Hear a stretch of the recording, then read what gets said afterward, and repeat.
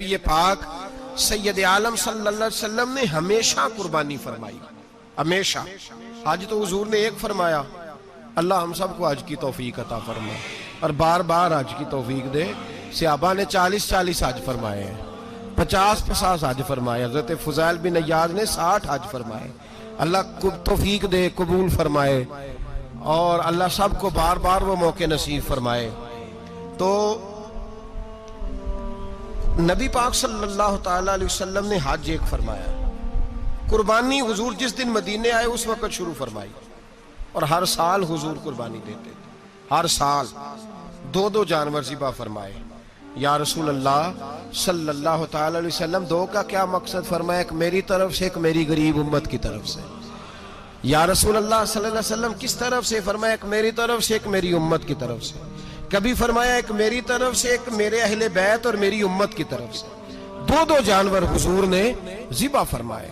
اور پھر میرے حبیب پاک صلی اللہ تعالیٰ علیہ وسلم کے غلام مولا علی شیر خدا، ابن ماجہ کی روایت ہے، حضرت علی شیر خدا فرماتے ہیں کہ نبی پاک علیہ السلام 2 جانور ذبح کرتے تھے۔ خود حضرت علی کی جب باری آئی تو انہوں نے بھی 2 فرمائے۔ تو صحابہ نے پوچھا کہ علی 2 کیوں؟ 2 کس لیے؟ تو حضرت علی رضی اللہ تعالیٰ عنہ فرمانے لگے، مجھے میرے حبیب نے وصیت فرمائی تھی کہ علی تو نے 2 کرنے، ایک اپنی طرف سے کیا کرنا، ایک میری طرف سے کرنا۔ تو میں ایک اپنی طرف سے دیتا ہوں، ایک اپنے نبی پاک کی طرف سے دیتا ہوں صلی اللہ علیہ۔ 2 جانور۔ آپ لوگوں نے سنی ہوئی ہے یہ بات کہ مہینہ کھانا نہیں پکتا تھا حضور کے گھر میں۔ حضرت عائشہ فرماتی ہیں 3 چاند اور 3 سورج کٹھے کبھی نہیں دیکھے جب ساتھ روٹی بھی کھائی ہو، یعنی 3 دن مسلسل کبھی کھانا نہیں کھایا۔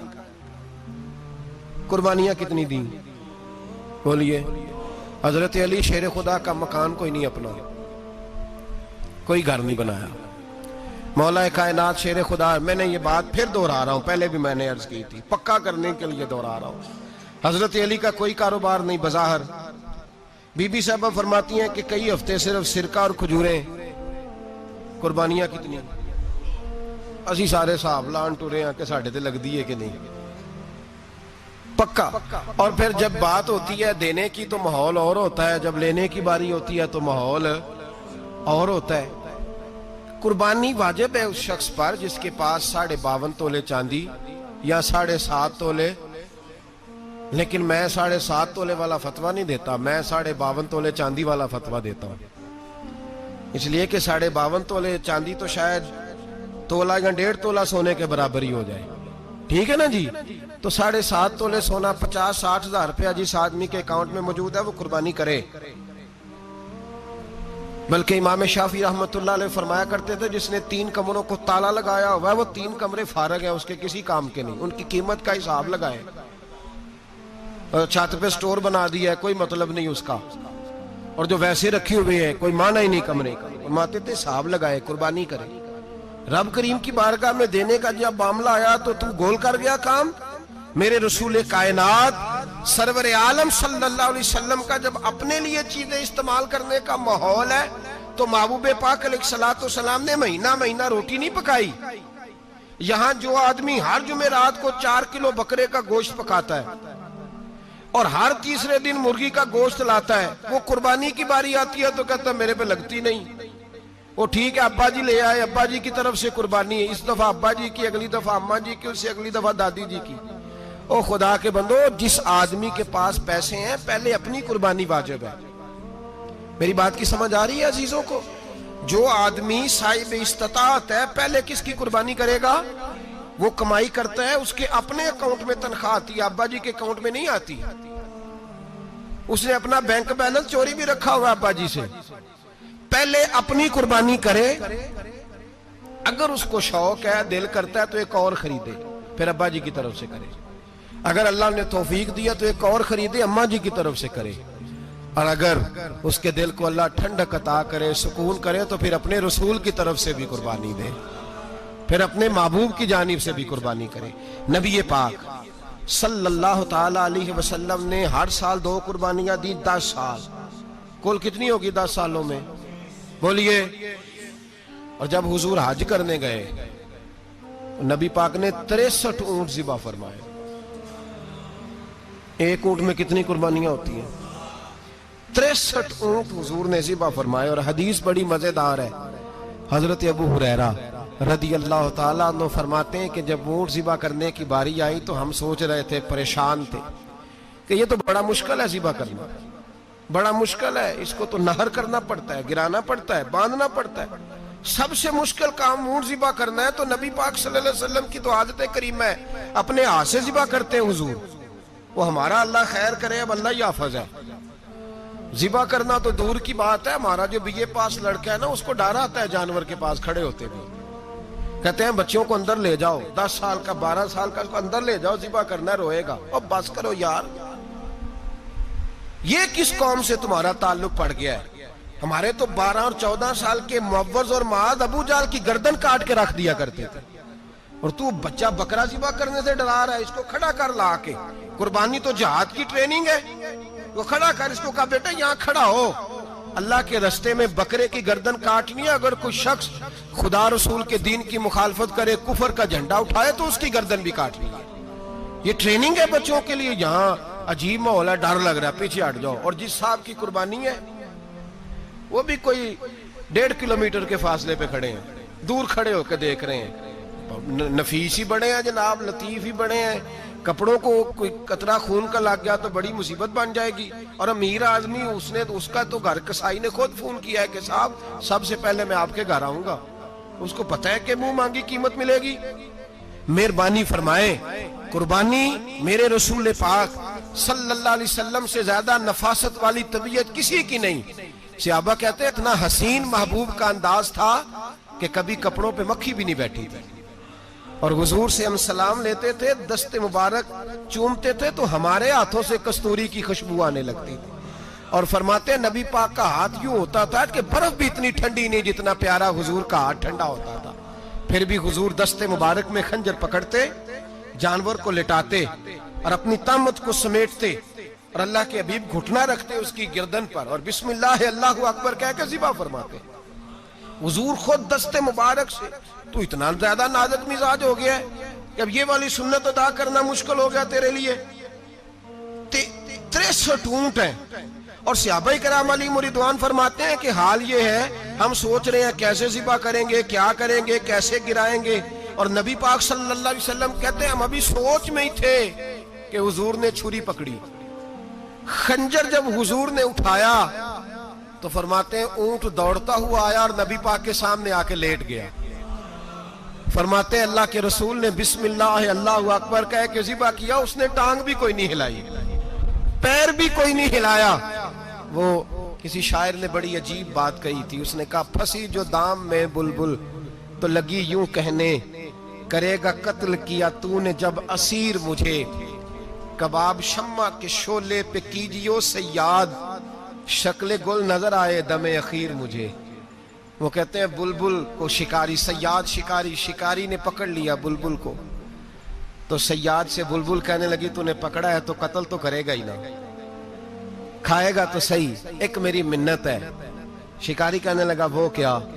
تو بلبل کہنے لگی جب تو مجھے ذبح کرے نا اور پکائے تو مجھے پھول سے بڑی محبت ہے. اس طرح کرنا، کوئلے اتنے زیادہ دہکانا، اس قدر زیادہ آگ جلانا کہ ان کی شکل گلاب کے پھول کی طرح سرخ ہو جائے. تو جب تو مجھے ان پر جلائے گا تو مجھے تکلیف نہیں ہوگی، اس لیے کہ محبوب کا چہرہ جو سامنے آ جائے گا مجھے تکلیف نہیں ہوگی. پھنسی جو دام میں بلبل تو لگی یوں کہنے، کرے گا قتل کیا تو نے جب اسیر مجھے، کباب شمع کے شولے پہ کیجیو سیاد، او شکل گل نظر آئے دم اخیر مجھے. اعلیٰ حضرت بریلوی علیہ رحمہ فرمایا کرتے تھے، فرماتے تھے بڑی تکلیف ہوگی جب جان نکلے گی. روایتوں میں آتا ہے جس طرح باریک دوپٹہ جھاڑیوں پہ ڈالا جائے، کھینچا جائے تو پھٹ جاتا ہے، یوں تکلیف ہوگی. پر فرمانے لگے رسول اللہ کے غلام کو کوئی تکلیف نہیں ہوگی. حضور کیوں؟ فرمایا اس لیے کہ جب جان نکلنے لگے گی تو سامنے جلوہ وضحا آ جائے گا. حضور کے جلوے ہوتے رہیں گے تو پتہ ہی نہیں چلے گا جان کیسے نکل گئی. پھنسی جو دام میں بلبل. تو صحابہ فرماتے ہیں کہ اونٹ دوڑتا ہوا آیا، حضور کے سامنے آ کے لیٹا، نبی پاک نے ذبح فرمایا اور فرماتے ہاتھ دھو گئی. حضور نے توجہ فرمائی تو دوسرا دوڑتا ہوا آ گیا. تیسرا آ گیا. حضرت ابو ہریرہ فرمایا کرتے اونٹ ایک دوسرے کو دھکے دیتے تھے, پیچھے ہٹ جا, پہلے میں نے جانا ہے, پہلے میں نے جانا ہے. 63 اونٹ وادی منا میں حج کے موقع پر میرے رسول پاک نے دست مبارک سے ذبح فرمائے. ہر قربانی حضور نے اپنے ہاتھوں سے فرمائی. قربانی واجبات دین میں سے, ضروریات دین میں سے, اور کوئی اتنا لمبا چوڑا مسئلہ نہیں. بہت ساری چیزوں کو خود بخود مشکل کر لیتے ہیں. ٹی وی پہ خبر آتی ہے فیصل آباد کے 2 بیل ہیں, بولو اور ڈولو, پتہ نہیں کتنے من ان کا وزن ہے. ان سے پوچھا جا رہا ہے کہ بولو ڈولو کھاتے کیا ہیں, تو کہتے ہیں بادام کھاتے ہیں, مکھن کھاتے ہیں. یہ جناب پتہ نہیں ان کو دودھ کتنے کلو روز پیتے ہیں, اور بولو ڈولو بیچارے سے خود نہیں چلا جا رہا. لگ ایسے رہ جیسے وہ خود کہہ رہے ہیں مہربانی کرو ہمیں ذبح کر لو, اب تو اٹھا بیٹھا بھی نہیں جا رہا. او خدا کے بندو, دین کی اصل حقیقت کو سمجھو. یہ تو حضور نے فرمایا خوبصورت جانور لاؤ, یہ کس حدیث میں آیا ہے کہ اسے بادام کھلاؤ؟ آج لوگ انسانوں کو روٹی نہیں مل رہی اور جانوروں کو بادام کھلا رہے ہو. کو کھانے اس کے حصے میں جو اللہ نے شے رکھی ہے نا وہ چارہ ہے. اس کو چارہ کھلاؤ اور اچھے طریقے سے پیٹ بھر کے کھلاؤ. جانور کو پیٹ بھر کے چارہ کھلایا جائے تو جتنی اس کی طبیعت ہوتی ہے اس حساب سے وہ صحت مند ہو جاتا ہے. باقی یہ تو آپ کسی شخص کو اتنا کھلا دیں کہ اس کا پیٹ اتنا بڑا ہو جائے, پھول جائے, تو وہ بیچارہ تکلیف میں آئے گا کہ نہیں آئے گا؟ یہ کس قسم کا ماحول ہے؟ ایک بکرا بکا لاہور میں اور سیٹھوں نے شرطیں لگائی ہوئی ہیں, میں 5 لاکھ کا لایا ہوں تو میں 9 لاکھ کا. یہ کیا چکر ہوا؟ مجھے اتنا کھلایا جی اس کو فلاں چیز. یہ کس نے کہا ہے کھلانے کا؟ بادام کھانا کس حدیث میں آیا؟ کس صحابی نے اپنے بکرے کو بادام کھلائے؟ کس نے مکھن کھلایا؟ کس نے پیڑے کھلائے؟ بس کرو, عجیب تماشا لگ گیا ہے. اور یہاں تو اتنی بری حالت ہو گئی ہے کہ عورتیں ناچنے لگی ہیں قربانی کے جانوروں کے آگے, بیبیاں بیچنے لگی ہیں. اللہ کے غضب کو آواز نہ دو. یہ قربانی ہے کہ ہر چیز کا, مذہب کی ہر شے کا مذاق بنا دیا ہے. جس دین نے عورت کی اپنی قربانی بھی ہو تو اس کو ذبح کرنے کی اجازت نہیں دی, مرد ذبح کرے گا. جو دین کہتا ہے کہ عورت ذبح نہیں کرے گی, وہ عورت بیچ سکتی ہے اللہ کے جانور. یہاں جس کا میں نے رمضان میں بھی کہا تھا, پھر بات دہراتا ہوں, سارا سال ناچتے گاتے ہیں اور عید کا موقع آتا ہے تو 2-4 مولوی بٹھا کے وہ دین سکھانا شروع کر دیتے ہیں. کوئی پتہ ہی نہیں, کوئی خبر ہی نہیں. جس بوتل میں کل تک شراب بک رہی تھی اسی میں دودھ پلاؤ گے؟ جس برتن میں کل تک پیشاب تھا اس میں آج لوگوں کو شہد پلاؤ گے؟ بس کرو, یہ مذاق نہیں, یہ رسول اللہ کا دین ہے. نبی پاک سید عالم صلی اللہ تعالی علیہ وآلہ وسلم نے کوئی ذمہ عورت کے کوئی چیز نہیں لگائی ایسی جس میں اسے مردوں کے ساتھ شامل ہونا پڑے. اور عورت سمجھ ہی نہیں رہی کہ یہ اس کی تذلیل ہے, عزت نہیں. صابن بک رہا ہے تو ساتھ بی بی کھڑی ہے, شیمپو بک رہا ہے تو عورت اس کی جو ہے وہ ایڈ دے رہی ہے. یہ عزت ہے عورت کی؟ رسوا کر دیا تم نے ہر شے میں عورت. اب قربانی کا جانور بھی بی بی بیچے گی؟ غیرت کہاں گئی اس قوم کی؟ میرے رسول پاک سرور دو عالم صلی اللہ تعالی علیہ وسلم کو کسی نے آ کے کہا فلاں قبیلے کے لوگوں نے عورت کو سربراہ بنایا ہے, عورت کو آگے لگا لیا ہے. فرمایا تباہ ہو گئے وہ لوگ, انہوں نے عورتوں کو اپنے آگے پیشوا بنا لیا. جس رب نے عورت کو نبوت نہیں دی, امامت کرنے کا حق نہیں دیا, کس چکر میں لوگ پڑ گئے؟ 5 لاکھ کا جانور کس لیے لائے ہو؟ 5 لاکھ کا تفاخر کے لیے, دکھانے کے لیے؟ تو اگر 50,000 کا 60,000 کا بھی جانور لاتا تو اچھا آ جاتا. اور 50,000 کا جانور لائیں تو 5 لاکھ میں کتنے آتے ہیں بولے؟ تو 10 جانور ذبح ہوں گے تو کتنے غریبوں تک گوشت جائے گا, کتنے گھروں کا بھلا ہوگا. ہر چیز کا چکر الٹا کر دیا گیا ہے. اور صرف حج کے لیے ہوتی تو میرے رسول پاک ہر سال قربانی نہ کرتے, اور میرے نبی پاک قربانی دینے کا حکم. ایک اور بات بڑی لوگ پوچھنے لگے, کہتے جی گائے کی ہوتی ہے, بھینس کی بھی ہوتی ہے کہ نہیں؟ چلو جی اب نئی بات نکل آئی. حدیث پاک میں لفظ آیا اونٹ کا, نبی پاک نے فرمایا بکرا 1 سال کا, گائے 2 سال کی, اونٹ 5 سال کا. حدیث میں لفظ آ گیا اونٹ کا.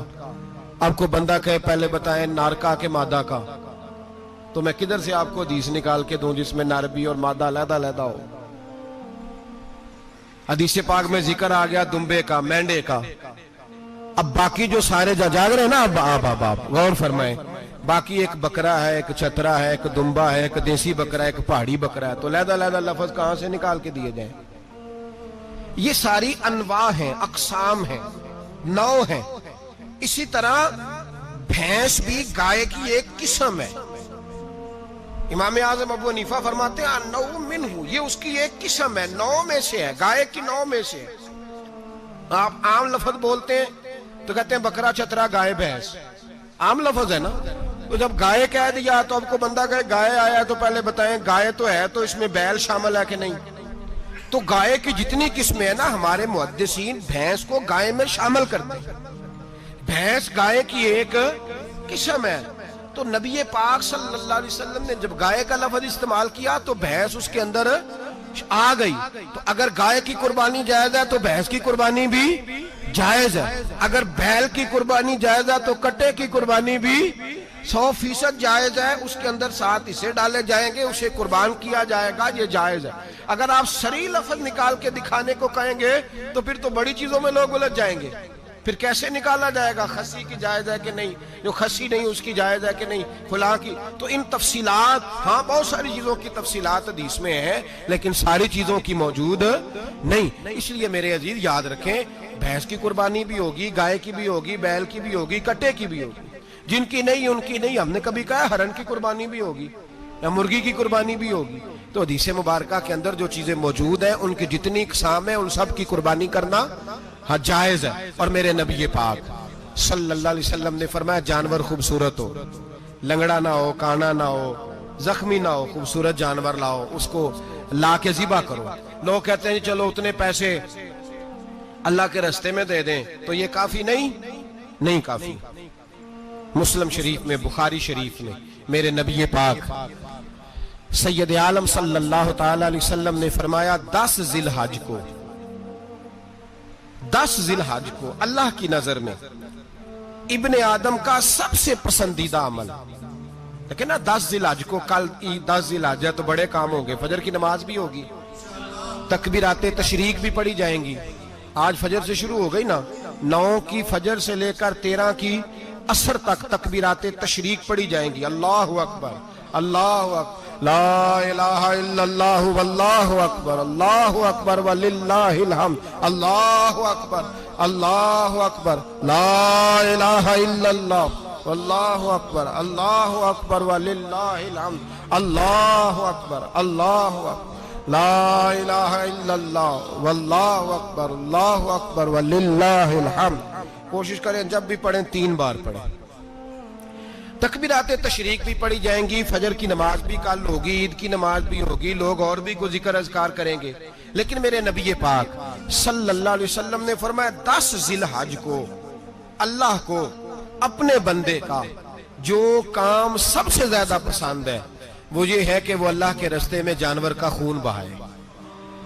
حالانکہ نمازیں بھی ہیں، اذکار بھی ہیں، تکبیرات بھی ہیں، سارا کچھ ہے، پر اللہ کو سب سے زیادہ کیا پسند ہے؟ جانور کو قربان کرنا. یہ اللہ کو بڑے خوبصورت لفظ نبی پاک علیہ السلام نے فرمایا قربانی کا جانور قیامت کے دن اپنے سینگوں اور کھروں سمیت آئے گا، اور جس نے قربانی کی ہوگی اس کی بخشش کروا کے اسے جنت میں لے کر جائے گا. تو فرمایا ابن آدم کا سب سے پسندیدہ عمل یہ، سب سے پسندیدہ، کہ وہ 10 ذی الحج کو قربانی کریں، کوشش کریں خود ذبح کریں اپنا جانور. یہ حضور کی سنت ہے. یہ نہ ہو سکے تو نبی پاک صلی اللہ علیہ وسلم نے اپنے ہاتھوں سے ذبح کرنے لگے حضرت فاطمہ کا جانور. تو فرمایا فاطمہ ادھر آ کے اس کے پاس کھڑی ہو جاؤ، میں تمہارا جانور ذبح کرنے لگا ہوں. اپنے جانور کے پاس کھڑے ہوں. میرے جو بھائی ذبح کرنے کا کام کرتے ہیں نا، قصاب ہم کہتے ہیں، سارے قصاب نہیں ہوتے، بہت سارے لوگ یہ سعادت حاصل کرتے ہیں اور بڑے نیکی کا کام کرتے ہیں، اللہ انہیں بڑی بہترین جزا عطا فرمائے گا، بڑا خیر کا کام کرتے ہیں.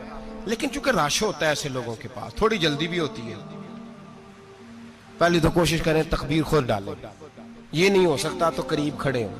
ہمارے ہاں ایک رواج یہ بھی ہے کہ 2 بندے ہاتھ رکھتے ہیں، ذبح وہ کر رہا ہوتا ہے تو جس کی قربانی ہوتی ہے اس کو کہتے ہیں تو بھی ساتھ ہاتھ رکھ، ہوتا ہے نا جی بہت ساری جگہوں.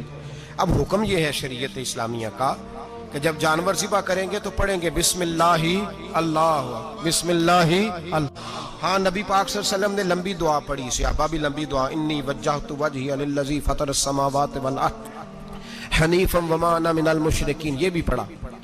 اور پھر میرے رسول پاک صلی اللہ علیہ وسلم نے یہ بھی کہا کہ اللہ میری طرف سے قبول فرما، میری امت میری اہل بیت کی طرف سے قبول فرما۔ صحابہ جب جانور ذبح کرنے لگتے پہلے یہ دعا پڑھتے، پھر کہتے اللہم تقبل منا کما تقبلتا خلیل کا ابراہیم علیہ السلام وتقبلتا حبیب کا محمد صلی اللہ علیہ وسلم، اے اللہ ہم سے بھی قبول فرما جیسے تو نے حضرت ابراہیم سے قبول فرمائی اور جیسے اپنے حبیب حضرت محمد صلی اللہ علیہ وسلم سے قبول۔ یہ ساری دعا پڑھیں، اور جب جانور ذبح کرنے لگے تو پھر پڑھیں بسم اللہ اللہ بسم اللہ اللہ۔ اچھا دو آدمیوں نے ہاتھ رکھا ہوا ہے، دو آدمیوں، اب اگر ایک نے بھی نہ پڑھی بسم اللہ اللہ اکبر تو جانور حلال نہیں ہوگا، دونوں کو پڑھنا پڑے گا۔ یہ مسئلہ یاد رکھیں۔ ایک اور بات بھی بتانی ہے آپ کو، وہ بھی آپ نے یاد رکھنی ہے۔ قربانی کے بڑے جانور میں کتنے حصے ہوتے ہیں؟ 7۔ اب 7 حصوں میں 7 کی نیت قربانی کی ہونی چاہیے، 7 کی۔ 6 حصے ڈال گئے، جو چلے تھوڑے سے زیادہ امیر لوگ نہیں تھے، نارمل تھے، انہوں نے 6 حصے ڈال لیے۔ 7واں امیر آدمی تھا، اس کو جا کے کہا یار ایک حصہ نہیں مل رہا تو چل تو نے تو 2-3 بکرے لیے ہوئے ہیں تو بھی شامل ہو جا۔ اس نے پہلے تو کہا نہیں یار میں نے اب لے لی ہے، پھر جب اصرار کیا تو کہا چلو ٹھیک ہے بڑے گوشت کا قیمہ کرا لیں گے۔ تو اس طرح کرو، ڈال لو میرا بھی حصہ۔ اب 6 کی نیت قربانی کی، 7ویں کی گوشت کی، کسی کی بھی قربانی نہیں ہوگی، گئے سارے۔ اب اس کے لیے شرط کیا ہے کہ اس کو بھی آپ، اصل میں ہمیں مسائل نہیں آتے، نہ ہم سیکھتے ہیں نہ پتہ کرتے ہیں، پھر خرابی ہوتی ہے۔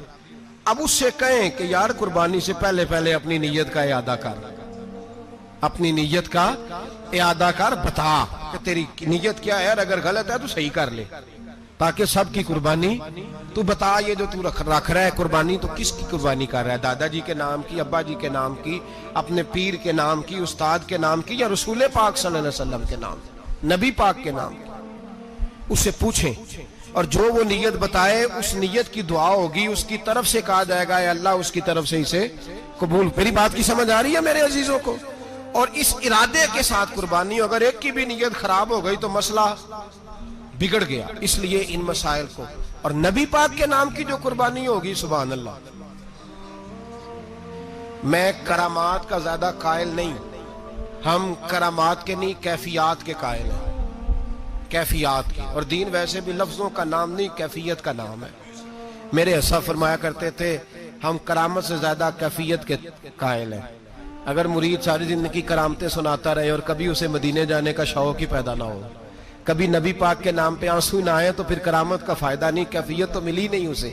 ہم کیفیت، اسی طرح ہم نظرانے کے نہیں نظر آنے کے قائل ہیں۔ تو بھائی یہ یاد رکھ لیں، کیفیت کا نام دین ہے، نبی پاک کے نام کی قربانی۔ میں قائل تو نہیں کرامت کا، لیکن ایک بات میں نے اپنے ایک استادوں سے، ایک بزرگوں سے سنی ہے، میرا دل کرتا ہے وہ سنا دوں آپ کو۔ اور بزرگوں کا قول ہے اصل رنگ جو میں عرض کر رہا ہوں اسی رنگ میں اس کو رکھیے گا، اور جس حد تک میں بات کر رہا ہوں اسی حد تک رکھیے گا۔ اب ہر آدمی کے پاس موبائل ہوتا ہے، فوراً بات ریکارڈ ہوتی ہے، فوراً میڈیا پہ جاتی ہے، فوراً لوگ کمنٹس کرتے ہیں۔ تو بھائی جس حد تک سناؤں اسی حد تک رکھیے گا۔ میرے ایک بزرگ فرمایا کرتے ہیں کہ نبی پاک کے نام کا جانور ذبح کرو، اور وہ گوشت اس آدمی کو کھلاؤ جس کا حافظہ کمزور ہے، اللہ اسے وسیع حافظہ عطا فرمائے گا۔ اور فرمایا کرتے کہ میرا تجربہ ہے، نبی پاک کے نام کا جانور ذبح کرو، اور جس آدمی سے کوئی گناہ نہیں نہ چھوٹتا، کسی گناہوں میں الجھ گیا ہے، اسے وہ والا گوشت کھلاؤ، اللہ اس کے دل میں نور پیدا فرمائے گا اور گناہ سے نفرت ہو جائے گی اسے، جو نبی پاک کے نام کا جانور ہو۔ تو ہم جو سیکھنے والے لوگ ہوتے ہیں، ہمارا دل کرتا ہے کہ چلو تھوڑا سا اپنی طرف سے بھی پوچھ لیں۔ تو میں نے کہا حضور اگر بیمار کو کھلا دیں تو فرمانے لگے کھلا دو، اللہ صحت دینے والا ہے، پر بیمار کے لیے دوائیاں بڑی ایجاد ہو گئی ہیں، گناہگار کی دوائیاں نہیں ملتی، بیماروں کی دوائیاں بڑی ہیں۔